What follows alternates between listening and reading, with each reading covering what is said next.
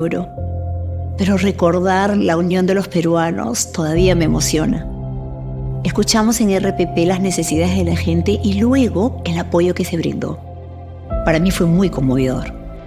Los peruanos siguen sumando esfuerzos para ayudar a las personas damnificadas por el terremoto del 2007. 60 años formando parte de tu historia. RPP, 60 años acompañando a los peruanos. Durante toda la semana hemos discutido sobre la reforma política con motivo de la aprobación de un dictamen en particular en la Comisión de Constitución del Congreso de la República que ha modificado los términos del marco normativo que tendrá vigencia para las próximas elecciones. Hemos querido, en el espacio sereno, que es el enfoque de los sábados, conversar con dos especialistas conocidos por su ponderación, por su independencia y por su conocimiento técnico de estos temas. Por una parte es Milagros Campos, profesora universitaria, constitucionalista, ex miembro de la Comisión de Alto Nivel para la Reforma y autora recientemente de un libro que recomiendo vivamente, Cómo salir de la crisis política, que va a ser presentado este miércoles a las 9 de la noche en el marco de la Feria del Libro en Miraflores, en el espacio Pilar Dugui. Pero la tenemos acá, será una primicia entonces de la presentación de este libro. Y junto a ella hemos invitado al abogado, también abogado como la señora Campos, Percy Medina, que es jefe de la misión en el Perú de IDEA Internacional, que es un organismo multilateral originado en países del norte de Europa, aquellos que tienen las democracias más consolidadas, más estabilizadas, lo que no significa que no estén al abrigo de pulsiones populistas y eventualmente de también comportamientos antidemocráticos en algunos sectores de las sociedades. Milagros Campos, muchas gracias por estar acá y muy buenos días, felicitaciones por el libro, que tiene el mérito además de ser hecho en alianza con un gremio, y nada menos como el gremio empresarial más antiguo del Perú, que es la Cámara de Comercio de Lima. ¿Cómo nació esta iniciativa, por favor? Buenos días, Fernando. Mil gracias por la invitación. Quiero empezar sumándome a la reflexión por el Día de la No Violencia contra la Mujer. Aunque es un tema de política pública, creo que no puede estar excluido de cualquier conversación sobre reforma política o sobre cualquier reforma. Yo con mucha alegría te veo el libro porque comenzó con unas conversaciones que pidió la Cámara de Comercio para pensar en el Perú no solamente en términos de políticas sectoriales, que son perfectamente legítimas, sino para identificar temas de agenda nacional. Y reforma política fue uno de los 4 temas que la Cámara seleccionó y convocó, me pidieron un informe. Ese informe se sometió a distintas conversaciones con miembros de la Cámara y luego unas mesas de trabajo, de manera que el libro recoge también algunos de las sugerencias y comentarios que hubo a partir de ese diálogo. Me parece muy interesante porque evidentemente la reforma política es un tema que tiene que vincular no solamente a los políticos, sino también a los académicos, a la empresa y a los ciudadanos en general, ¿no? Entonces, ese es el resultado de estas conversaciones. Y al mismo tiempo que de tu actividad como profesora, porque una generación tras otra tienen que escuchar qué es lo que está pasando con la vida política, con el marco institucional de la vida política en el Perú, y uno y otro año tienes que explicar y recomenzar y entonces percibir qué es lo que no se entiende, qué es lo que no se quiere, qué es lo que sí se quiere. Si tuvieras que resumir, ¿cuál es el problema al cual hay que responder con una reforma? ¿Cuál es el problema de nuestra vida política? Me parece tan pertinente tu comentario, porque normalmente debatimos las reformas sin pensar en el diagnóstico. Y la primera cosa que creo que hay que pensar es que si no se identifican cuáles son los problemas, el debate sobre si esta reforma va o no va cae en saco vacío. Lo primero que hay que hacer es identificar, y la Comisión de Reforma Política de la que participé partió de ese tema. Identificó 4 problemas vinculados a la poca representatividad de los partidos políticos, problemas de gobernabilidad, también problemas de vinculación, digamos, o la forma que la corrupción había penetrado en la política y problemas de participación. Y es en torno a estos, a la data que se consigue sobre esos problemas en distintas partes del país, que se proponen distintas reformas en el área del sistema de gobierno, de las reglas para elegir y del sistema de partidos, digamos. Entonces, cuando hablamos de reforma política, estamos pensando básicamente en las reformas que se dan en ese ámbito. ¿Por qué hacer reformas políticas? Porque evidentemente hay crisis política. Yo diría que en el Perú las crisis políticas lo que han mostrado es un sistema de gobierno disfuncional, que si bien surge como un presidencialismo, van incorporándose muchas instituciones de los regímenes parlamentarios, pero no funcionan como en los regímenes parlamentarios. Entonces, ha habido una tensión entre Ejecutivo y Legislativo. Diría que más bien entre el 2001 y el 2016 hemos tenido un respiro en el que aparece como que hemos aprendido a convivir porque los presidentes en minoría terminaron sus mandatos, pero tres sucesivos. Así es, pero desde el 16, ninguno. Y esto pues también uno puede mirar como el vaso medio lleno, medio vacío, porque vivimos el ciclo democrático más largo, ¿no? Creo que también en ese punto es necesario decir que las crisis en la democracia y los informes de IDEA, que seguramente comentará Percy, pues revelan, igual que los de VDEM o de The Economist o Latinobarómetro, un retroceso en la democracia. Y esto se manifiesta también en términos anticipados de los mandatos presidenciales, en las crisis de representación. Y creo que en este punto, particularmente en América Latina, nos lleva a pensar que es muy difícil cumplir con los objetivos de las políticas públicas cuando los gobiernos no son estables. Un gobierno inestable, un gobierno que tiene una gran polarización con el Congreso, pues no puede trabajar en políticas públicas.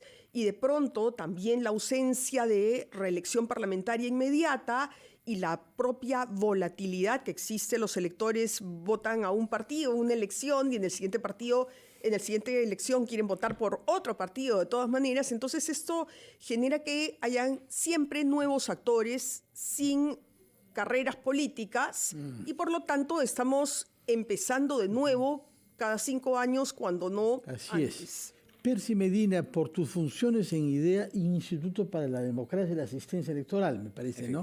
Tú tienes una mirada particularmente sensible a la comparación, al comparatismo, a lo que está pasando en nuestra región. ¿Qué particularidades tiene el Perú? Hay países que han preservado sus sistemas de partidos, Uruguay es el caso clásico, otros que los han visto implosionar, hemos visto esta irrupción de un candidato totalmente atípico en Argentina, pero ¿qué dirías tú como particularidad de las dificultades de la vida política en el Perú y los intentos de hacer una reforma que la organice mejor?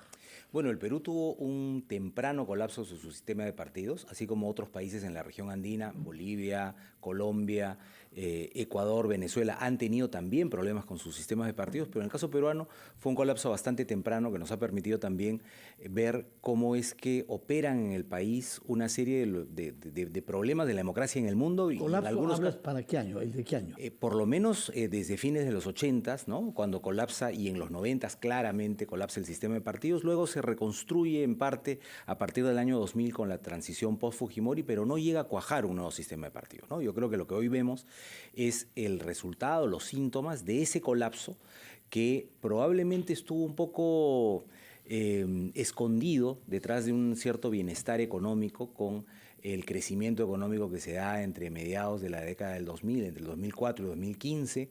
El crecimiento económico creo que disfraza las dificultades que trae la política, se cree esta historia de las cuerdas separadas y se piensa, por lo tanto, que no hay problemas en el sistema político, pero sí estaban ahí y se magnifican a partir del 2016, ¿no? Entonces, si uno mira esto en el ámbito de la región andina, por ejemplo, vemos que todos los países tienen problemas con sus sistemas de partidos. En general se puede hablar de colapso en varios de ellos, pero en el caso peruano hay rasgos particularmente serios que sobre todo se notan en los últimos años. De acuerdo. Ahora bien, el debate en el Perú en los últimos días se ha centrado en torno a algunos temas que son los que yo quisiera que nos expliquen por qué es conflictivo y qué decisiones se han venido tomando. Una es si conviene o no organizar elecciones primarias internas, las llamadas PASO. que en buena cuenta ha sido minimizado o prácticamente reducido a su más pequeña expresión por el dictamen de la Comisión de Constitución. Pero hay otros temas pendientes, como el tema de los movimientos regionales. Yo quisiera que Milagros Campos nos digas una palabra, al menos sobre estos dos temas. Sí, nuevamente, creo que el punto de partida no es si debemos de tener paso o no debemos de tener paso, o si debe haber reglas de democracia interna o no, sino dar un paso atrás, justamente, y tratar de pensar por qué es que se propuso en la Comisión de Reforma Política un diseño que, si bien tiene elementos de las elecciones primarias uruguayas de las que he participado como observadora, Es donde funcionó bien. donde funciona muy bien, pero debemos entender que Uruguay es un país con un sistema de partidos muy consolidado y donde además es natural que la participación no sea obligatoria, sino voluntaria, porque ya de por sí es una sociedad políticamente movilizada. La gente suele ir a votar y, si no, los partidos ofrecen incluso movilidad para poder trasladar a los partidarios que así lo soliciten. En Argentina la situación es diferente porque pues, el sistema de partidos también es diferente, de manera tal que pensar que hemos importado un mecanismo como las PASO o las elecciones primarias sin pensar en los problemas del Perú es un análisis un poco simple respecto de este tema. El problema real y el que nos hace pensar en la necesidad de incorporar primarias abiertas, simultáneas y obligatorias es la gran distancia y desconfianza que existe hacia los partidos políticos.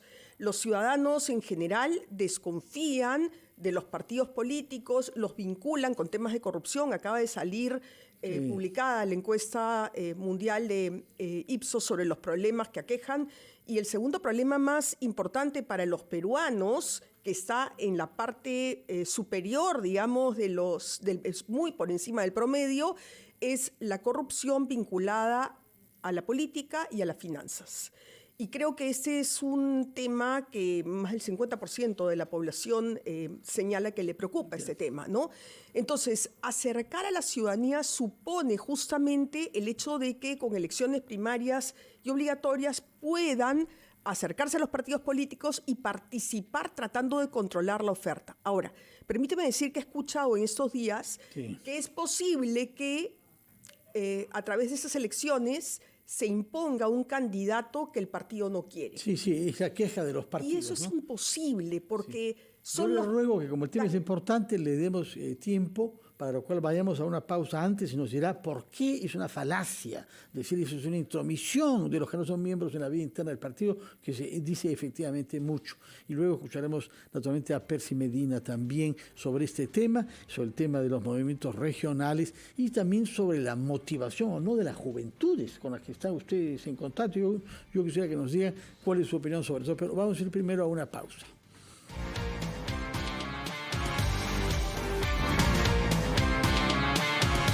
Estamos conversando con dos especialistas en la legislación electoral y en los temas relativos a la reforma política. Por una parte, Milagros Campos, la autora del libro Cómo salir de la crisis política, que, como dijimos, se presenta el miércoles a las 8 de la noche en el marco de la Feria del Libro, y Percy Medina, que es el responsable para el Perú de una organización multilateral inspirada por las democracias nórdicas de Europa, que tiene más de 1000 años, creo, con funcionamiento parlamentario. Y estaba hablando Milagros Campos, debía completar su reflexión antes de haber sido interrumpida por la hora. Sí, lo que sí es que en realidad la autonomía de los partidos no es vulnerada por la norma que se aprobó para las elecciones llamadas PASO, las primarias abiertas porque van cualquier ciudadano, simultáneas porque son en un mismo día como si fueran elecciones, y obligatorias. Porque la propuesta de candidatos la hace cada partido según sus propios estatutos. Entonces, no es que un ciudadano o una ciudadana van a ir a votar y van a decir quiero que el señor Carvalho postule por este partido, y porque no está en la lista, digamos, en la oferta que se ha planteado a partir de los propios estatutos. Entonces, creo que ese es un punto importante. Lo segundo, porque si bien los partidos son asociaciones privadas, los fines que cumplen son públicos, porque ellos son los que proponen a los candidatos que van a ocupar cargos públicos. Gran parte de la idoneidad de candidatos recae sobre la responsabilidad de los partidos. Y finalmente, comentaría que ya la Corte Suprema de Estados Unidos, y ese es el sesgo pues, abogadil, se ha pronunciado en 2 fallos de mediados del siglo XX, señalando que es legítimo que el Estado regule las elecciones primarias, no necesariamente pasos, porque ese es un modelo de tantos. Lo que quiero decir es que es totalmente aceptado en el mundo jurídico y además es el estándar que la democracia interna esté regulada. Claro. Que no es un asunto particular como un directorio de una empresa o la elección del gerente general. Estamos haciendo un procedimiento para seleccionar a los que van a tener los cargos públicos. Percy Medina, por favor. Pero además debería ser una oportunidad para los partidos, ¿no? Yo creo que se ha hecho pocas reformas significativas en los últimos años y la de las PASO es una reforma significativa que puede cambiar la manera como se nominan los candidatos de forma importante, ¿no? Con participación ciudadana y también cambiando el calendario electoral. Entonces yo creo que los partidos podrían ver esto como una oportunidad, en primer lugar, para abrirse a la ciudadanía, para movilizar a sus bases 6 meses antes de la elección, porque lo que ocurre es que el día de la elección nos enfrentamos a una gran incertidumbre, ¿no? La primera vuelta es una suerte de primaria, y si tenemos 20 candidatos, obviamente eso no es una elección racional, ¿no? Deberíamos tener una primaria amplia, abierta, con voto preferencial, si no muy parecida a la primera vuelta. Como parece que nos encaminamos a no tener, a juzgar por lo decidido en la Comisión de Constitución, ¿qué se puede hacer para evitar que los electores se hallen el día del voto con 30 candidatos presidenciales diferentes? Bueno, para empezar, la primaria debería, lo que hace es reducir el número de candidaturas porque hay un umbral tras la participación en la primaria que hace que todas las organizaciones que no tienen más de 1.5% de la votación no puedan participar. Repita eso del 1.5%, que son organizaciones en las que los miembros supuestos o reales no asisten a votar. En la primaria participan todas las organizaciones con candidaturas y todos los electores del país, ¿no? Aquellas organizaciones que no obtienen al menos 1.5% de los votos en esa primaria no tienen derecho... ¿De sus miembros o de quienes de toda la ciudadanía, porque la primaria es abierta, ¿no es cierto? Entonces, las que no pasan ese umbral mínimo ya no pueden participar, con lo cual se reduce significativamente ahora, el número. Es una suerte de eliminatoria, ¿no? Sí. Imagínense ustedes un mundial de fútbol que no tuviese eliminatorias, ¿no? El que pudiesen participar todos los países del mundo. Eso no funciona. Sí. Ahora, aparentemente estamos camino a la anulación de eso. Pero es una mirada que no atiende a las consecuencias que eso puede traer.